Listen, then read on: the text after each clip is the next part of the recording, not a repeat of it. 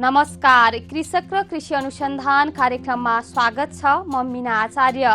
कृषि अनुसन्धान परिषद नार्कसँगको सहकार्यमा किसानको खेतबारीमै पुगेर बाली नालीबारे सही सूचना दिने, बाली लगाउने तरिकाबारे जानकारी दिन सम्बन्धित विज्ञसँगको प्रत्यक्ष संवाद मार्फत किसानका समस्या समाधान गर्ने यो कार्यक्रमको उद्देश्य हो।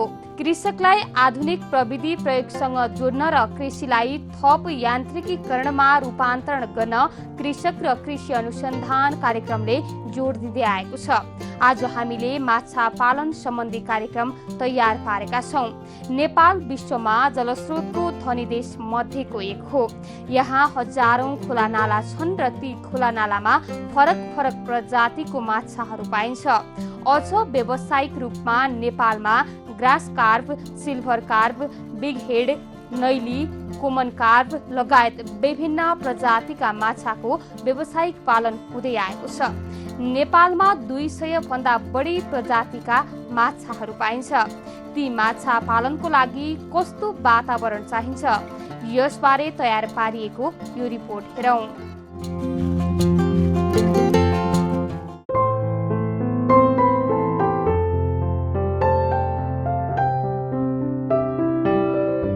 नेपालमा पछिल्लो समय माछा पालन व्यवसाय पनि किसानहरूको पहिलो प्राथमिकतामा पर्दै आएको छ। छोटो समयमा कम लगानीमा बढी फाइदा लिन सक्ने भएपछि कृषकहरूले माछा पालन व्यवसाय नै रोजेको देखिन्छ। सामान्यतया नेपालमा 228 प्रजातिका माछा पाइन्छ। नेपाल विश्वमा जलस्रोतको दोस्रो धनी देश भएर पनि होला, यहाँ थुप्रै रैथाने प्रजातिका माछाहरू छन्। रोहु, नैनी र भाकुर लगायतका रैथाने प्रजातिका माछाहरू हुन्। त्यस्तै silver carp, big head, grass carp, common carp, rainbow trout, tilapia, मागुर, पुन्टिएस, सहर र पंगेसियस जातका माछाहरूको पनि व्यावसायिक पालन हुँदै आएको छ। नेपालमा पालन योग्य भनिएका माछाका जातहरूमा प्रतिकूल वातावरण सहन सक्ने क्षमता बढी हुनु, शारीरिक वृद्धि दर तुलनात्मक रूपमा बढी हुनु, एक जातको माछाले अर्को जातको माछालाई हानि नोक्सानी नपुर्याउनु, जलाशयमा पाइने प्राकृतिक आहारको साथै कृत्रिम आहार पनि खान रुचाउनु, रोग र किरा विरुद्ध लड्न सक्ने प्रतिरोधात्मक क्षमता बढी हुनु र मत्स्य बीज उत्पादन तथा व्यवस्थापन कार्य सजिलैसँग गर्न सकिने भएका माछा पालनको लागि उपयुक्त मानिन्छ। सामान्यतया रोहु प्रजातिको माछा हाम्रो देशको तराई भागमा न्यानो पानी भएको नदी, पोखरी र तालहरूमा पाइन्छ। यो माछा स्वादको लागि निकै नै प्रसिद्ध छ। यसको शरीर लामो, सुडौल तथा शरीरमा ठूला ठूला कत्ला हुनुका साथै पेट गोलो हुन्छ। यसको ओठ मोटो र मुख तलतिर फर्किएको हुन्छ। त्यसै गरी नैनी प्रजातिको माछाको शरीर लाम्चो हुनुका साथै शरीरको माथिल्लो भाग खैरो हुन्छ र पेटको भाग सेतो हुन्छ। यता अर्का रैथाने प्रजातिका माछा हुन् भाकुर। यस माछालाई कत्ला पनि भनिन्छ। यसको शरीर दायाँ बायाँ थेर्पिनुका साथै ठूला ठूला कत्लाले ढाकिएको हुन्छ। यसको टाउको ठूलो अण्डाकार र ओठ मोटो हुन्छ र वृत्ताकार हुन्छ। नेपालमा पालन गरिएका माछाका जातहरूको खानेबानी र स्वभाव, माछाको जात, पानीमा चरण गर्ने तह, माछाको खाने स्वभाव तथा प्रकृति। कमन कार्प पानीको पित र बीचमा चरण गर्छ। सर्वभंशी कृत्रिम आहार रुचाउने, जलाशयको पितमा रहेको किरा, कुहिएका झारपात आदि खान्छ। सिल्भर कार्प पानीको माथिल्लो भागमा चरण गर्छ। बिग हेड कार्प पानीको माथिल्लो भागमा चर्ने गर्छ। मुख्यतया प्राणीजन्य सूक्ष्म जीवाणुहरू खाने गर्दछ। यसको गिल्समा सिल्भर कार्पको भन्दा अलि ठूलो प्वाल भएको जाली भएको हुनाले वनस्पति जन्य जीवाणुको साथै प्राणीजन्य जीवाणु बढी फिल्टर गरी खान्छ। ग्रास कार्प पोखरीको छेउछेउमा र बीचमा चरण गर्छ। माछा बुढाले वनस्पति र प्राणीजन्य जीवाणु खान्छ र बढ्दै गएपछि पोखरीको घाँस र झारपात पनि खान्छ। रोहु पोखरीको बीचमा चरण गर्छ। यस माछाले एक कोषीय लेउ, प्राणीजन्य जीवाणु र खास गरी सडे गलेका झारपातहरू खान्छ। नैनी पानीको माथिल्लो सतहमा चरण गर्छ। यस माछाले पोखरीको पिँधमा पाइने सडे गलेका घाँसपात र किराहरू खान्छ। भाकुर पानीको सबै तहमा बस्छ। यस माछाले पोखरीको सतह नजिक पाइने प्राणीजन्य जीवाणुहरू खाने गर्छ। टिलापिया पानीको सबै तहमा बस्छ। आधारभूत रूपमा यसले वनस्पतिजन्य जीवाणुहरू खान्छ, तर यसले दाना पनि निकै कम मन पराउँछ। मागुर पानीको सबै तहमा बस्छ। यो मांसाहारी माछा हो। मांसाहारी प्रकारको कृत्रिम दानाको आपूर्तिको भरमा यसको पालन गर्नुपर्छ। रेनबो ट्राउट पानीको सबै तहमा बस्छ। मांसाहारी माछा हो। यसले ढाड नभएको प्राणी जन्य जीवाणुको र ससाना किराहरू माछाहरू आहारको रूपमा उपभोग गर्दछ। सहर सतह र पोखरीको पिँधमा बस्ने गर्दछ। यो सानो अवस्थामा मांसाहारी प्रकृतिको हुन्छ।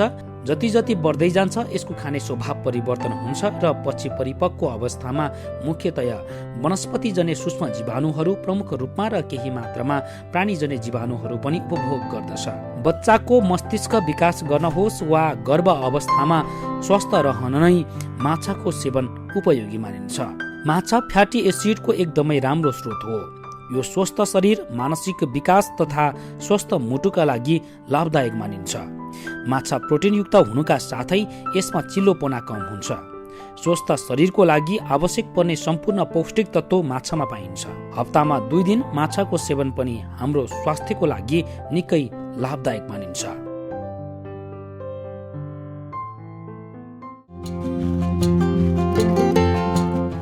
नेपालको हावापानीमा कस्तो जातको माछा फस्टाउँछ, कुन ठाउँमा कस्तो जातको माछाका लागि उपयुक्त हावापानी हुन्छ, व्यावसायिक पालन कसरी गर्न सकिन्छ, नेपालमा माछाको व्यावसायिक पालनको सम्भावना कस्तो छ लगायत विषयमा केन्द्रित रहेर केन्द्रीय मत्स्य प्रवर्धन तथा संरक्षण केन्द्र बालाजुका मत्स्य विकास अधिकृत प्रमोद कुमार रिजालसँग गरिएको यो कुराकानी हेरौं।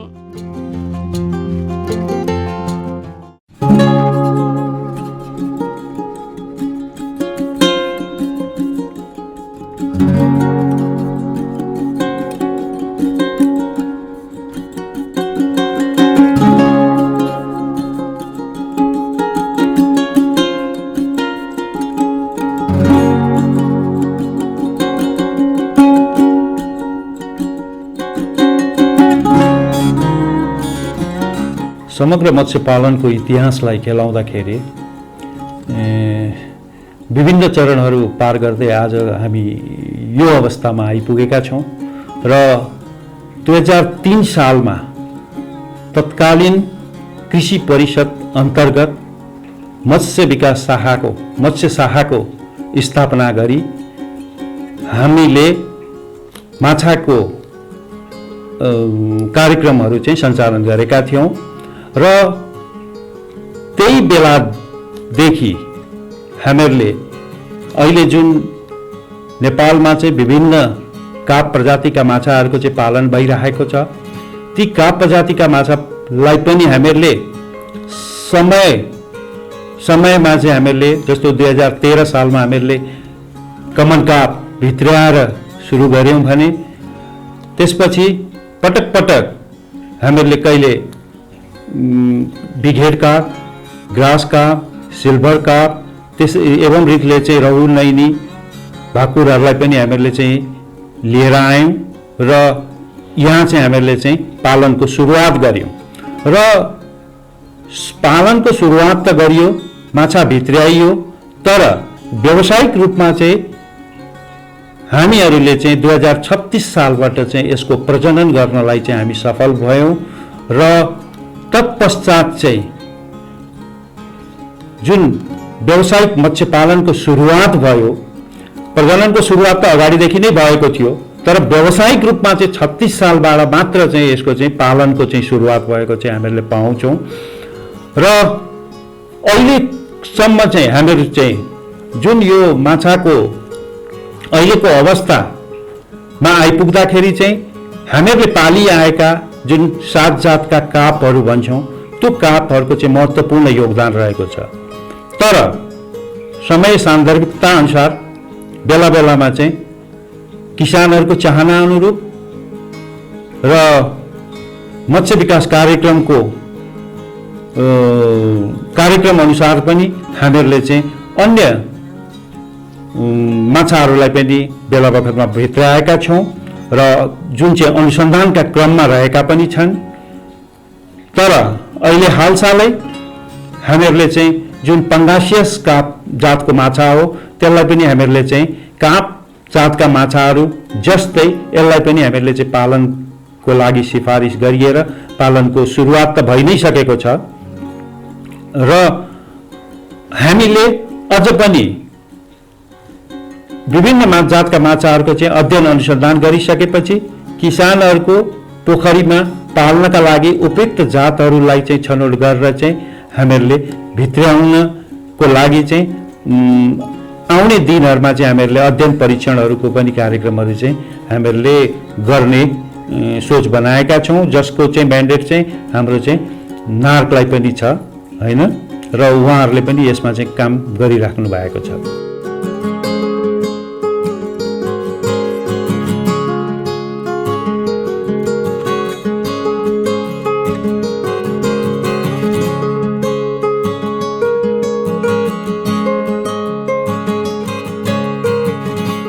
अब अहिले माछा पालनको अवस्था हेर्ने हो भने चाहिँ यसको भविष्य उज्जवल देखेको छु मैले, किनभनेदेखि अन्य कृषि व्यवसाय भन्दा मत्स्य व्यवसाय सरल र सहज र आम्दानीको एउटा प्रमुख स्रोत पनि छ र किसानहरूको चाहना पनि अबको दिनमा कस्तो छ भने सजिलैसँग आय आर्जन गर्न सकिने र धेरै आय आर्जन गर्न सकिने कुराहरूलाई चाहिँ उहाँहरूले प्राथमिकतामा राख्नु भएको छ। र हामीसँग नेपाल साँच्चै नै भन्ने हो भने जल सम्पदामा धनी देश पनि हो, तर अब आउने दिनमा चाहिँ यो जल सम्पदालाई चाहिँ हामीहरूले चाहिँ उचित सदुपयोग पनि गर्नु परिरहेको छ। नेपालमा हेर्नुहुन्छ भने चिसो पानी तथा न्यानो पानी दुवै पानीहरू चाहिँ हामीसँग उपलब्ध छ। चिसो पानी ट्राउटको लागि सम्भाव्य छ, ट्राउट माछा पालन चिसो पानीमा चाहिँ फस्टाउँछ भने न्यानो पानीमा चाहिँ अन्य कापजातका माछाहरू चाहिँ फस्टाउन सक्नेछन्। र यसले गर्दाखेरि आउँदो दिनहरूमा अब अहिले साँच्चै नै भन्नुहुन्छ भने अहिलेको अवस्था हाम्रा युवाहरू जो विदेशतिर पलायन भइरहेका थिए, ती पलायन भएका विदेशिएका हाम्रा युवाहरूलाई चाहिँ मत्स्य पालन व्यवसायमा चाहिँ समावेश गरेर चाहिँ हामीले चाहिँ उनीहरूलाई चाहिँ एउटा आय आर्जनको चाहिँ बाटो चाहिँ हामीले देखाउन सक्छौँ। र अबको दिन त झन् चुनौतीपूर्ण रहेको छ, जस्तो कि कोभिड-19 को कारणले गर्दाखेरि अहिले विदेशीका युवाहरू पनि स्वदेश तिर फर्किने क्रममा छन् र अहिले साँच्चै भन्ने हो भने नेपाल सरकारको एउटा ठुलो बोझ चाहिँ यो मत्स्य पालनले चाहिँ सहजैसँग चाहिँ त्यो बोझलाई चाहिँ हल्का गर्न सक्दछ। कारण के भने हामी कहाँ मत्स्य पालनको क्षेत्र भनेको एउटा रोजगारी प्रदान गर्ने चाहिँ एउटा राम्रो व्यवसाय हो यो, जसले गर्दा ती फर्किएका युवाहरूलाई चाहिँ हामीहरूले मत्स्य पालनमा संलग्न गराएर चाहिँ उनीहरूलाई चाहिँ रोजगारी दिन सक्ने चाहिँ प्रचुर सम्भावना चाहिँ मैले देखेको छु।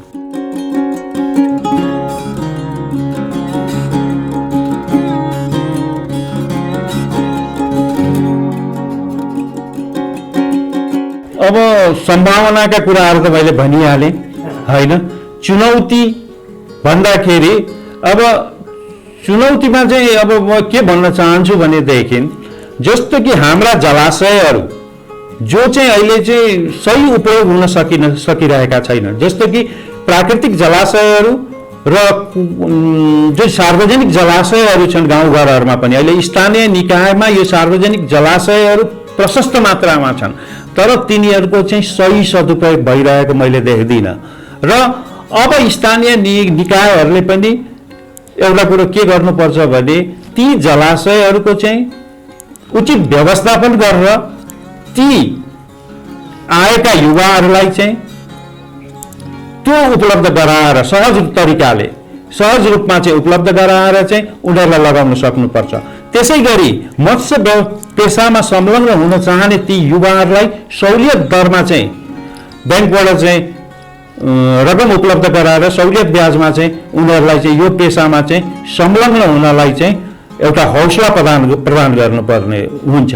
र त्यसै गरी नेपाल सरकारको तर्फबाट पनि अनुदानमा चाहिँ त्यस्ता सम्भावित क्षेत्रहरूमा चाहिँ जहाँ चाहिँ हाम्रा किसानहरू चाहिँ ती युवाहरू चाहिँ आफ्नो यो व्यवसाय सञ्चालन गर्न चाहनुहुन्छ, त्यस्तो ठाउँमा चाहिँ हामीहरूले चाहिँ उहाँहरूलाई प्राविधिक सहयोग उपलब्ध गराएर चाहिँ केही अनुदानको पनि व्यवस्था गर्नुपर्ने हुन्छ, जसले गर्दाखेरि चाहिँ उहाँहरूलाई चाहिँ एउटा ठुलो सहयोग हुन सक्छ। र यदि यो नभएको खण्डमा चाहिँ उहाँहरूलाई चाहिँ अग्रसर गराउन केही अप्ठ्यारो पनि हुन्छ र त्यसले गर्दाखेरि यो क्षेत्रमा चाहिँ नेपाल सरकारले चाहिँ सोच दिनु चाहिँ एकदम नितान्त जरुरी चाहिँ मैले ठानेको छु।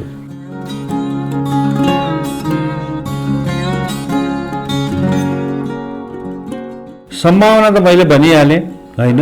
अहिले साँच्चै भन्नुहुन्छ भने किसानहरूको यो प्रति आकर्षण यति व्यापक रूपमा बढ्दै गएको छ कि, जस्तो कि म एउटा उदाहरण भनौँ, विगतमा हाम्रो फिस मिसन कार्यक्रम सञ्चालन भएको थियो र अन्य मिसन कार्यक्रमहरू पनि सञ्चालन भएका थिए, तर फिस मिसन कार्यक्रम यति सफल भएर गयो कि त्यसैको फलस्वरूप आज चाहिँ क्षेत्र विस्तार भएर चाहिँ माछाको उत्पादनमा पनि वृद्धि भएको छ। र त्यसपछि हेर्ने हो भने प्रधानमन्त्री कृषि आधुनिकीकरण परियोजना, जसले चाहिँ अन्य क्षेत्रमा पनि हात हालेको छ, तर मत्स्य क्षेत्र यस्तो क्षेत्र हो जो चाहिँ प्रधानमन्त्री कृषि आधुनिकीकरण परियोजना चाहिँ एउटा सफल भएर चाहिँ गएको देखिएको छ। र त्यसले गर्दा पनि हाम्रा कृषकहरू, अझ भन्छु मत्स्य उद्यमी नै भन्न म रुचाउँछु कि ती उद्यमीहरू पनि अहिले चाहिँ यसमा लागेर चाहिँ उहाँहरू चाहिँ एउटा खुसी साथ चाहिँ आफ्नो व्यवसाय सञ्चालन गरिराख्नु भएको छ र आय आर्जन पनि गरिराख्नु भएको छ। र यस्ता कार्यक्रमहरू पनि जो हामी कहाँ सञ्चालन छन्, अहिलेको स्थितिमा हेर्नुहुन्छ भने प्रधानमन्त्री कृषि आधुनिकीकरण परियोजना, जसको चाहिँ प्रमुख उद्देश्य बनेको चाहिँ माछालाई व्यवसायीकरण क्षेत्र विस्तार गर्दै माछालाई व्यवसायीकरण गर्दै लैजाने हो। र अब आउने हाम्रा युवाहरू जो व्यवसायिक बन्ने हिसाबले आउनुहुन्छ, उहाँहरूको लागि यस्ता परियोजनाहरू चाहिँ एउटा सहयोगी चाहिँ साबित हुन सक्छन् र यस्ता परियोजनाहरूबाट उहाँहरू लाभान्वित पनि हुनुहुने हुन्छ।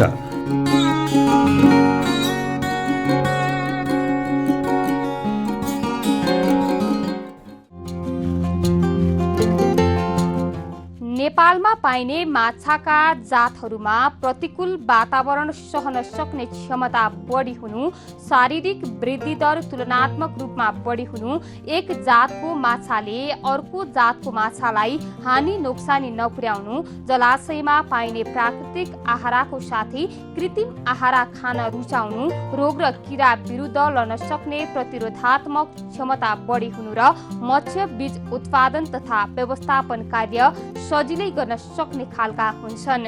हवस् त अर्को हप्ता कृषक र कृषि अनुसन्धान कार्यक्रम लिएर पुनः उपस्थित हुने नै छौँ। त्यतिन्जेलसम्मका लागि बिदा दिनुहोस्। नमस्कार।